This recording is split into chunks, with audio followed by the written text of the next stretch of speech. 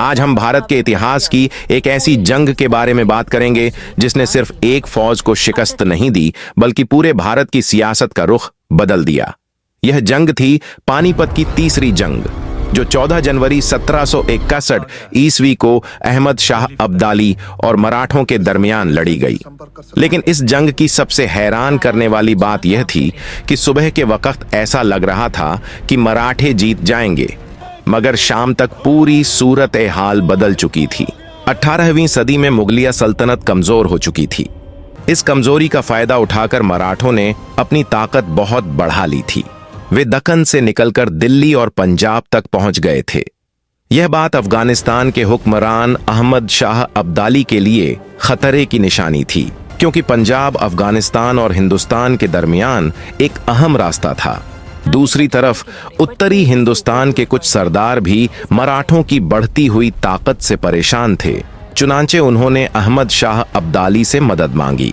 अब दो बड़ी ताकतें एक दूसरे के सामने थीं, एक तरफ मराठे और दूसरी तरफ अहमद शाह अब्दाली। मराठों ने फैसला किया कि अब्दाली को हिंदुस्तान से बाहर निकालना जरूरी है। उनकी फौज की क़यादत सदाशिव राव भाऊ कर रहा था, जबकि पेशवा का बेटा विश्वास राव भी इस फौज के साथ मौजूद था। मराठा फौज बहुत बड़ी थी। इसके साथ सिर्फ सिपाही ही नहीं बल्कि बहुत से आम लोग, खानदान और दूसरे गैर जंगी अफराद भी मौजूद थे। शुरू में मराठों को कामयाबियां मिली। उन्होंने दिल्ली पर कब्जा किया और फिर कुंजपुरा में भी कामयाबी हासिल की।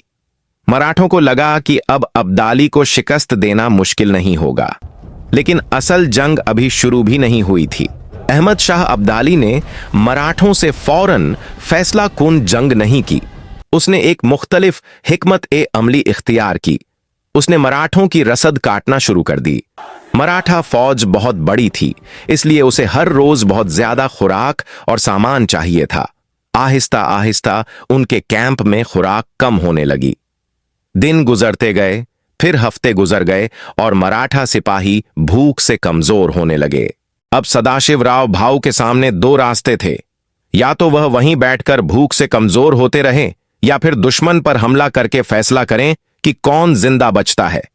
आखिरकार फैसला हुआ कि 14 जनवरी को आखिरी जंग लड़ी जाएगी। सुबह हुई, मराठा फौज अपने कैंप से बाहर निकली। दूसरी तरफ अहमद शाह अब्दाली की फौज तैयार खड़ी थी। जंग शुरू हुई। मराठों के पास तोपखाना भी था, जिसकी क़यादत इब्राहिम खान गर्दी कर रहा था। शुरुआती हमले में मराठों ने जबरदस्त ताकत दिखाई। उनकी तोपें चलने लगीं, पैदल फौज आगे बढ़ी और घुड़सवारों ने हमला किया। कुछ वक्त के लिए ऐसा महसूस हुआ कि अब्दाली की फौज पीछे हट रही है। मराठों का हौसला बुलंद हो गया। ऐसा लग रहा था कि शायद आज मराठे फाते होंगे, लेकिन फिर जंग ने अचानक अपना रुख बदल दिया। जंग के दौरान मराठा रहनुमा विश्वास राव को गोली लगी और वह मारा गया। विश्वास राव की मौत की खबर मराठा फौज में फैल गई। यह सिर्फ एक सिपाही की मौत नहीं थी, वह पेशवा खानदान का वारिस था। उसकी मौत ने मराठा फौज के हौसले को बहुत बड़ा नुकसान पहुंचाया। सदाशिव राव भाऊ ने फिर भी जंग जारी रखी। वह मैदान छोड़ने के लिए तैयार नहीं था, लेकिन अब अफगान फौज दोबारा मुनज़्ज़म हो चुकी थी। अब्दाली ने अपने ताजा दस्ते मैदान में उतार दिए। अफगान और उसके इत्तेहादियों की फौजों ने मराठों पर जबरदस्त जवाबी हमला किया।